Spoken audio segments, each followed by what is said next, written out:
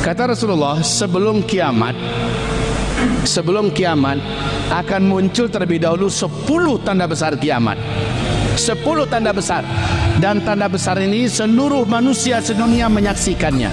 Yang pertama kata Rasulullah adalah bumi diselimuti oleh kabut debu bersatu dengan asap yang sangat tebal sehingga bumi tidak bisa ditembus oleh cahaya matahari. Bumi gelap gulita selama 40 hari 40 malam. Peristiwa ini disebut dengan dukhon. Apa? Dukhon, ya. Bumi gelap gulita selama 40 hari 40 malam, cahaya matahari tak masuk, dan dianya adalah bersatunya asap dengan debu. Teramat sangat tebal lagi, panas, menyelimuti bumi 40 hari 40 malam. Dukhon ini terjadi karena hantaman meteor dari ruang angkasa. Jadi ini hantaman meteor menabrak permukaan bumi, dan ini Allah ceritakan dalam Al-Quran, ya, tentang meteor menabrak bumi menimbulkan dukhon. Ya, baik. Setelah dukhon kurang dari 2 tahun, ya, kurang dari 2 tahun muncullah tanda besar kiamat yang kedua. Tanda besar kiamat yang kedua, Dajjal muncul ke tengah-tengah manusia. Dan Dajjal mengaku dirinya adalah Tuhan Rabbul Alamin. 2/3 manusia akan sujud menyembah Dajjal. 2/3 manusia. 1/3 umat Nabi Muhammad ikut-ikutan murtad kafir kepada Allah, sujud menyembah Dajjal. Dan yang paling banyak sujud menyembah Dajjal wanita, kata Nabi sallallahu alaihi wasallam. Dajjal muncul setelah dukhon. Berapa lama jaraknya? Lebih kurang 2 tahun, ya. Dajjal ini tak lama, kata Rasulullah, hanya 1 tahun 2 bulan 2 minggu saja Dajjal sudah berhasil mengelilingi seluruh kota-kota sedunia. Lalu Dajjal diakhiri oleh tanda besar kiamat yang ketiga. Allah turunkan Nabi Isa alaihissalam, dan Nabi Isa membunuh Dajjal di depan pintu Lut di Palestina. Sekarang pintu Lut itu dikuasai Israel sekarang, Pak. Yang kemarin kami baru pulang dari Palestina, ya. Sekarang pintu Lut itu sudah dikuasai oleh Israel, dan mereka membangun gerbang namanya Bab al-Lut, ya, Bab al-Lut. Disitulah nanti Nabi Isa membunuh Dajjal. Jarak antara Dajjal dengan turunnya Nabi Isa 1 tahun 2 bulan 2 minggu. Oke.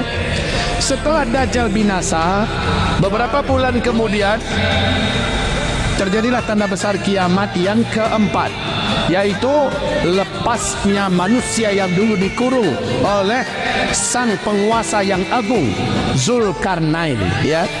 Sekadar Zulkarnain. Siapa ini manusianya? Ya'juj dan Ma'juj. Ya'juj dan Ma'juj ini manusia, keturunan Nabi Adam. Sama Dajjal juga manusia, keturunan Nabi Adam. Ini laki-laki cuma 1 orang. Kalau ini jumlahnya dalam setiap 1000 orang manusia saat itu, 999-nya Ya'juj dan Ma'juj. Satu kalian. Saking banyaknya jumlah mereka, Pak. Ya'juj dan Ma'juj ini dibinasakan oleh Allah berkat doa Nabi Isa alaihissalam. Singkatnya, setelah Ya'juj Ma'juj binasa, bumi menjadi tenang, damai, tidak ada bencana, tidak ada perang, tidak ada kelaparan, tidak ada kemiskinan, tidak ada, dunia benar-benar bagaikan dalam surga.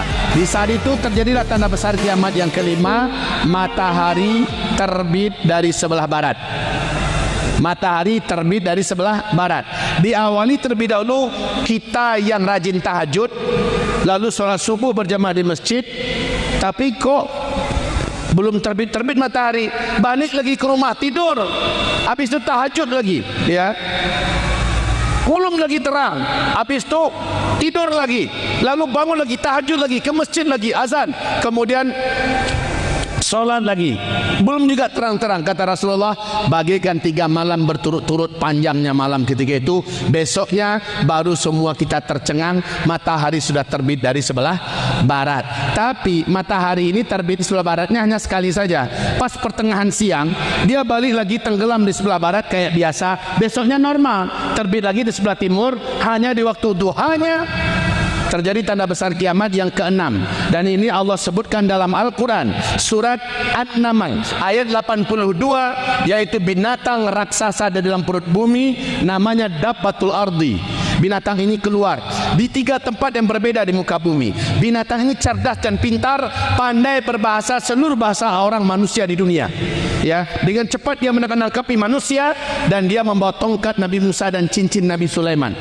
Bila yang ditangkapnya orang kafir, cincin Nabi Sulaiman diusapkan ke bila yang ditangkapnya adalah orang beriman, cincin Nabi Sulaiman diusapkan ke wajahnya. 1 kali usap, wajah ini pun menjadi bening, bersih dan bercahaya putih.